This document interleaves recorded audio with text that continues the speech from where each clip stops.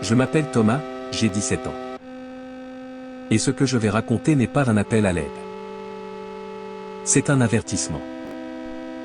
Si vous tombez un jour sur un vieux post intitulé « Le rituel du silence ancien », ne le lisez pas jusqu'au bout.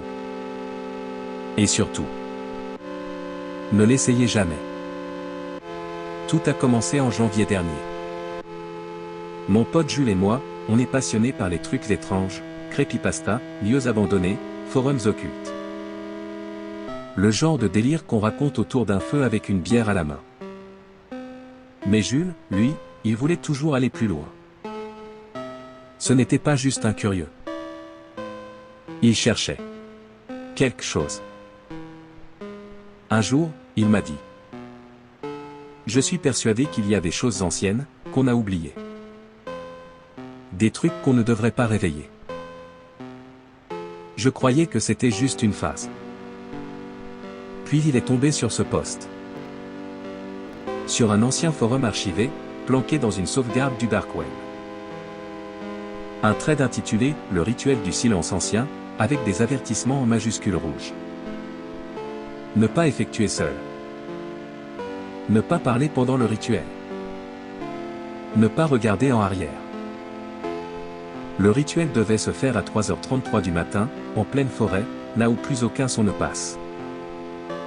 Il fallait tracer un cercle avec des cendres humaines. Poser une offrande, un morceau de soi-même. Et réciter une phrase en ancien latin. Vocem silenti, accipio sacrificium meum. Ce qui signifie: voix du silence, accepte mon offrande. Je trouvais ça glauque. Mais Jules, lui, était obsédé. Il a trouvé une forêt qui collait à la description. La forêt de Mormal. Une forêt ancienne, immense.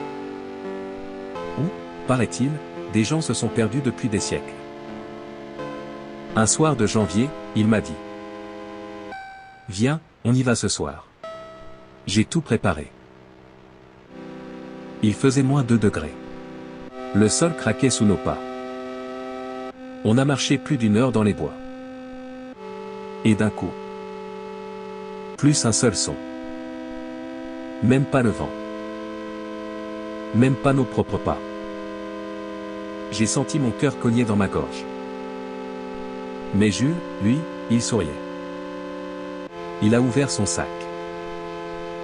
Il avait tout, les cendres, l'ongle, le texte. Il a tracé un cercle. Puis il est entré dedans. S'est mis à genoux. Et a commencé à murmurer. Vocem silenti, accipio sacrificium meum. Je filmais. Mais c'est là que tout a basculé. Le sol a frissonné. Ma lampe frontale a faibli. Puis s'est éteinte. Jules s'est figé. Il m'a regardé. Puis il a murmuré. Elle est là. Et j'ai entendu. Pas un bruit. Mais l'absence de bruit. Un vide. Comme un gouffre qui aspire tout. Jules souriait. Ses yeux étaient devenus noirs. Pas injectés. Noirs comme 2 puits sans fond. Il a commencé à parler. Dans une langue que je ne comprenais pas. Et je ne l'entendais pas avec mes oreilles. Je le ressentais. Dans ma poitrine. Je voulais courir. Mais je ne pouvais pas. Et c'est là que je l'ai vu. Une silhouette. Immense. Plus noire que la nuit. Sans trait. Sans forme définie. Juste. Une présence. Elle était là. Juste à l'extérieur du cercle. Jules a levé les bras. Elle aussi. Et quand sa main l'a touché au front, il a disparu.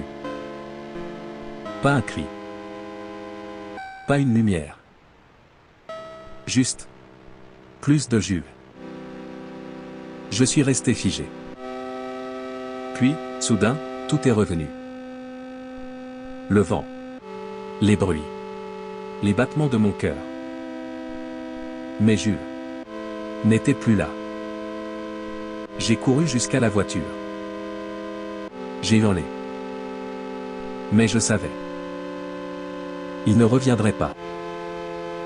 La gendarmerie a fouillé la forêt pendant 3 jours. Rien. Pas de cercle. Pas de traces. Même pas nos pas. Mais 3 semaines plus tard, j'ai reçu un colis.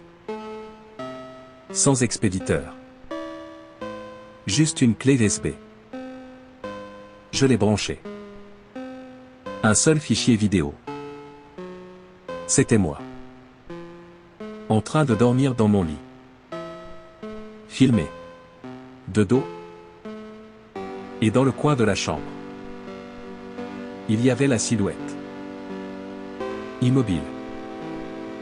Plus noire que l'ombre elle-même. Et en bas de l'écran, il y avait cette phrase. Le silence t'a vu. Depuis, je dors avec la lumière allumée. Je change de chambre chaque nuit. Mais parfois, je me réveille à 3h33. Et cette nuit-là, je n'entends plus rien. Même pas mon propre cœur.